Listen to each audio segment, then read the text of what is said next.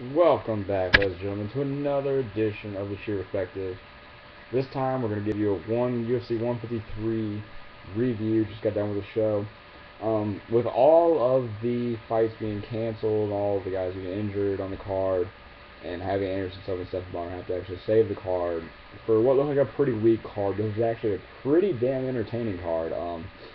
There wasn't really any fight that I wasn't entertained at least a little bit by. And I think that's all I could have asked for really for this card because UFC 153 on paper looks pretty weak, but it actually delivered pretty well. And there's some really good fights here. So let's get right into this. First we had Damian Maia looking super strong against Rick Story, beating him by a rear naked choke, really just dominating this fight and ended in the first round. Actually, just halfway through the first round. The whole time I was thinking Rick Story should write a book called Rick's Story by Rick Story. I think that would just be great, an autobiography. But if he keeps losing like this, he's not going to be having a chance to write a book or anything about it like that. But Damian Maia looked very strong in the welterweight division. His first two fights in the welterweight division, both ending in the first round. He had a TKO victory. I can't even remember who it was against, but it was recently in his first one, and he chokes out Rick Story here. So he looks very strong going on in the welterweight division. Fighting the light heavyweight division, Mr. Wonderful Phil Davis defeating Wagner Prado by an anaconda choke in round two. Um, Wagner Prado, at his entrance, he came out with on a lot of fire. Like he looked ready and pumped and ready to go and ready to do this. And he actually, I was really rooting for him because he seemed so into this fight and into the fans behind him, and he really looked like he wanted to put on a show. And Phil Davis just manhandled him for 2 rounds until he finally choked him. Phil Davis just looked like a beast in that, and looked a lot better than he did in the Rashad Evans fight. He looks like a changed man. So I'm actually excited to see what they do with him next because he looked very, very good in this fight. John Fish gets back in the winning ways, defeating Eric Silva by unanimous decision. This is a pretty fantastic fight. Went all 3 rounds. Ton of submission attempts. Ton of in wrestling we call it false finishes. None of the submissions actually finished the fight. There was a time where Silva had a tight choke in. There was a time where Fish had a tight armbar in. I think there was a guillotine in there. There was a couple other submissions too. There was a lot, and this was actually probably the most exciting John Fish fight I've ever seen. Even more exciting than the Johnny Hendricks fight that didn't last very long. I actually really enjoyed this. John Fish gets back to winning ways.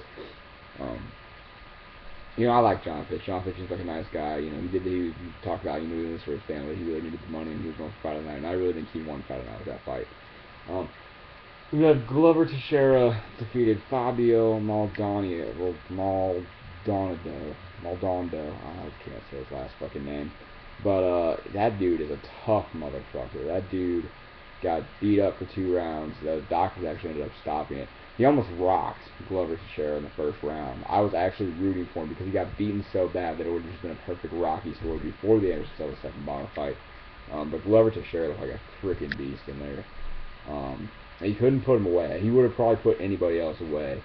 That wasn't this guy. This guy was loopy. You just thought he was gonna fall over just probably 1,000 times in that fight. But that dude's a tough son of a bitch. Um, just took everything Teixeira dished out. Still kept coming for more and still stayed on his feet.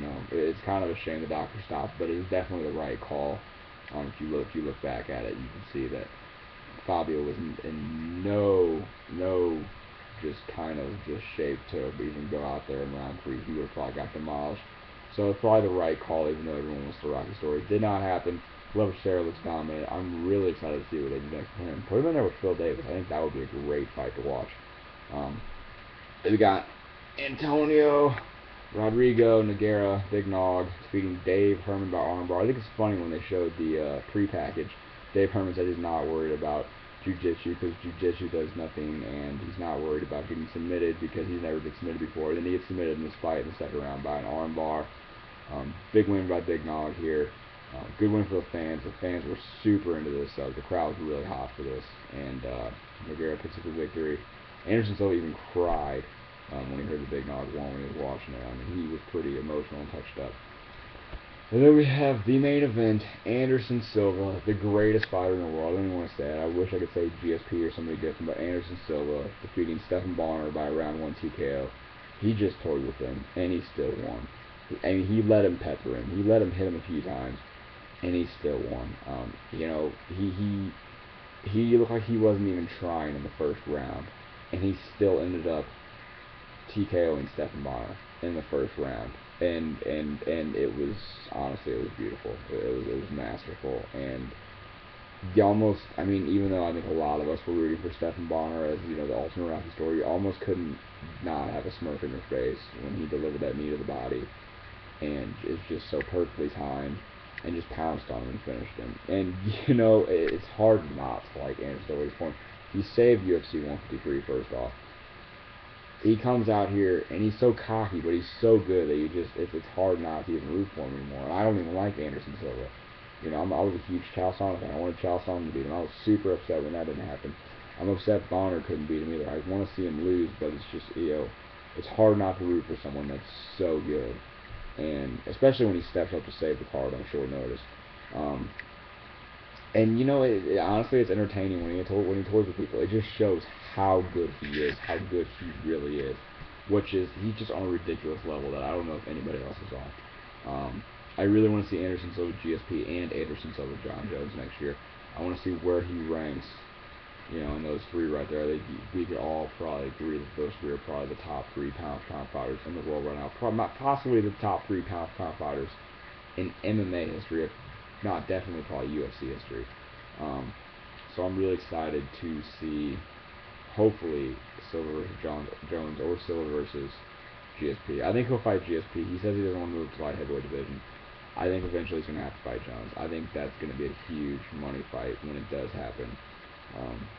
But overall, like I said, really entertaining card. With what they had to work with tonight, this was pretty much a home run, honestly.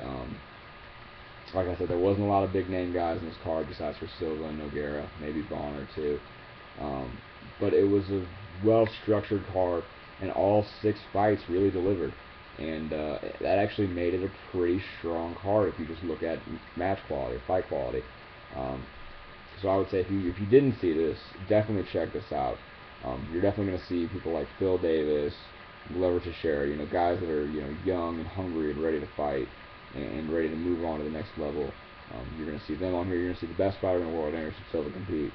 You know, you're going to see Damian Maia look, you know, dominant in the welterweight division. You're going to see John Fitch get back on a winning track. And I can't remember the last fight. Did I say everybody? And John Fitch, Scheer, and you're going to see Big Non get another win. So I would honestly check it out if you guys haven't seen it. I don't know if I'd pay for it. Nothing really big happened, but if you want to see the greatest in the world, continue to be the greatest in the world, go ahead and check it out. This is a little long-winded at the end, so I'm going to get out of here with that, guys. UFC 153, thumbs up.